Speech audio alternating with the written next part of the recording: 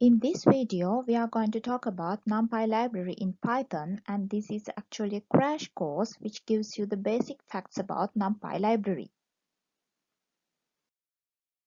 Let's first look at what is NumPy. NumPy is the core library for scientific computing and high-level mathematical functions in Python. It supports large multidimensional arrays and matrices along with a large collection of high-level mathematical functions or tools to operate on these arrays. The two main tools to install Python packages are pip and conda. Both of them can be used to install NumPy library.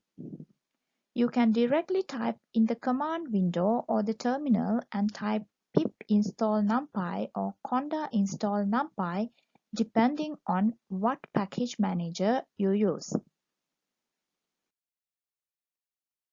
Let's talk a little about arrays first. An array object in NumPy is called ndArray and it is a grid of values. So I have run this demo in Jupyter Notebook and you can find the link to GitHub in the description below. First, I import NumPy as MP and then I have created a list called A. The next step, I convert this list into an array by using np.array. Within the parentheses, I write the name of the list. By doing so, we can convert the list into an array.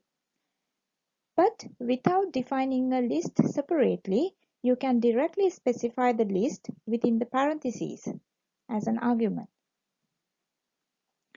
Further, the NumPy arrays can be multidimensional, and here I have defined a 2x3 array.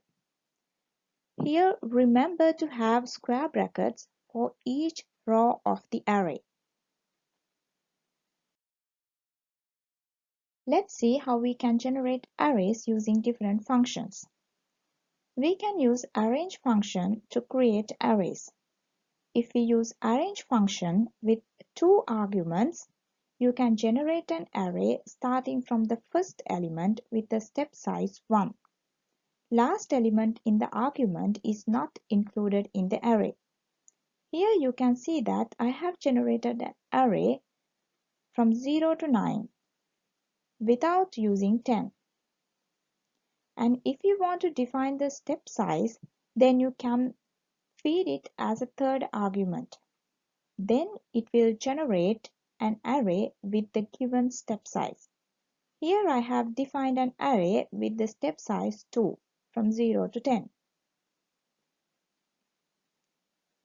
If it is necessary to generate an array with zeros, you can do it using zeros function.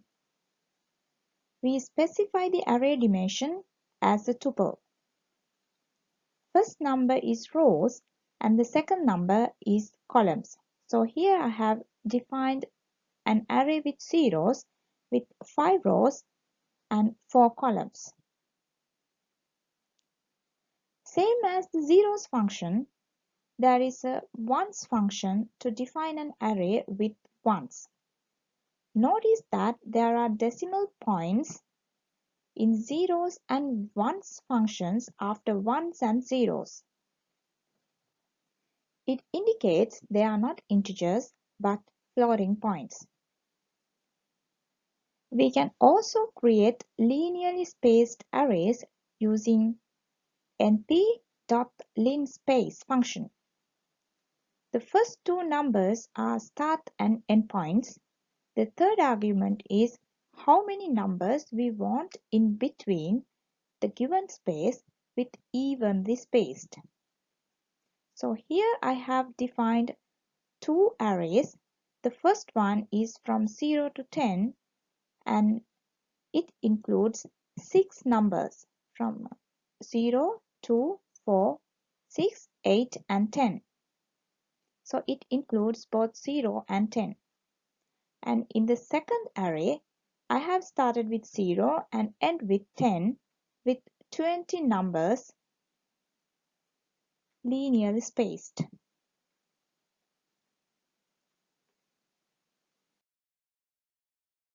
Using NumPy library, we can generate random arrays. You can generate a random number between a given lower and upper limits using np.random.randint function. And this is a uniform distribution, meaning that there is an equal likelihood of being picked in the given range. If it is necessary to develop a random array, then we can use a third argument with the shape defined, like this. Here I have specified a 4x4 array with random integers with a uniform distribution. np.random.seed create a pseudo-random numbers. Pseudo-random number is pretty much a number which appears to be random but it isn't. They are computer-generated numbers that look like they are random but are actually predetermined. np.random.seed is used to generate random numbers. The np.random.seed function provides an input for the pseudo-random number generator in Python. It allows us to provide a seed value to NumPy's random number generator. The only important point we need to understand is that using different seeds will cause NumPy to produce different pseudo-random numbers. The output of a NumPy.random function will depend on the seed value you use. So if you use the same seed number 100 like I'm using, you will get the same set of random numbers I got. This number could be an arbitrary number. Next, when you have an array, you can find its minimum, maximum, mean values using the functions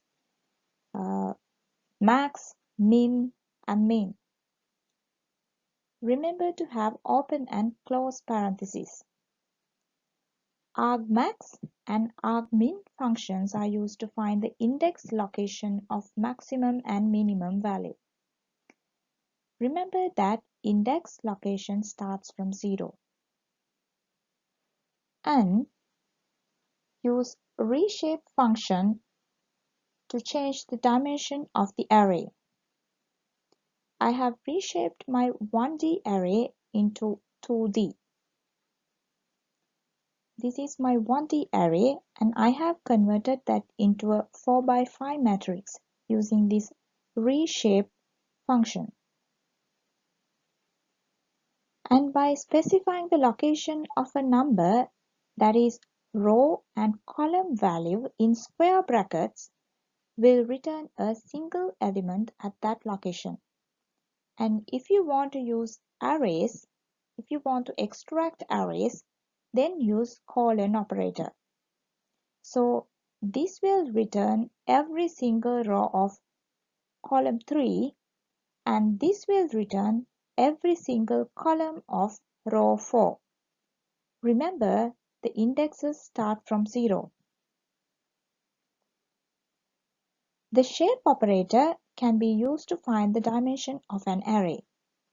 Tuple of integers giving the size of the array along each dimension is displayed. Conditional filters can be used for arrays to grab elements. Let's have a look at this demo. First, I have defined an array of random numbers using seed101 and reshaped it to be a 5x10 matrix. So this is my matrix Z. It has 5 rows and 10 columns. Then I say Z less than 40. This is a comparison operation which returns a set of Boolean values. True indicates values less than 40 and false indicates values greater than 40. And this is a matrix of Boolean values. Then I can pass this in as a filter back into my matrix Z. Now I have all the values less than 40 in this new array. So we can use this method for arrays to grab elements or set of elements. Finally, a little about matrix operations in NumPy library. First, I import NumPy as NP, and then I have generated mat1, which is a 2 by 2 matrix. The transpose of a matrix is given by transpose function with open and close parentheses.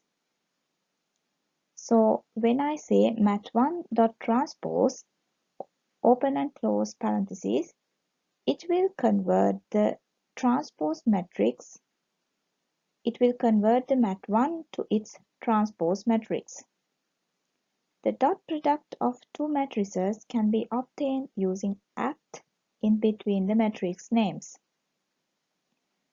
Other than mat1, I have created another matrix called mat2, which is also a 2 by 2 matrix. And when I say mat1 at mat2, it will compute the dot product of these two matrices, which is also a 2 by 2 matrix. The inverse of a square matrix is calculated with inv function and the name of the matrix within the parentheses. The trace of a matrix, that is, the sum of the elements along the diagonal, is given by trace function.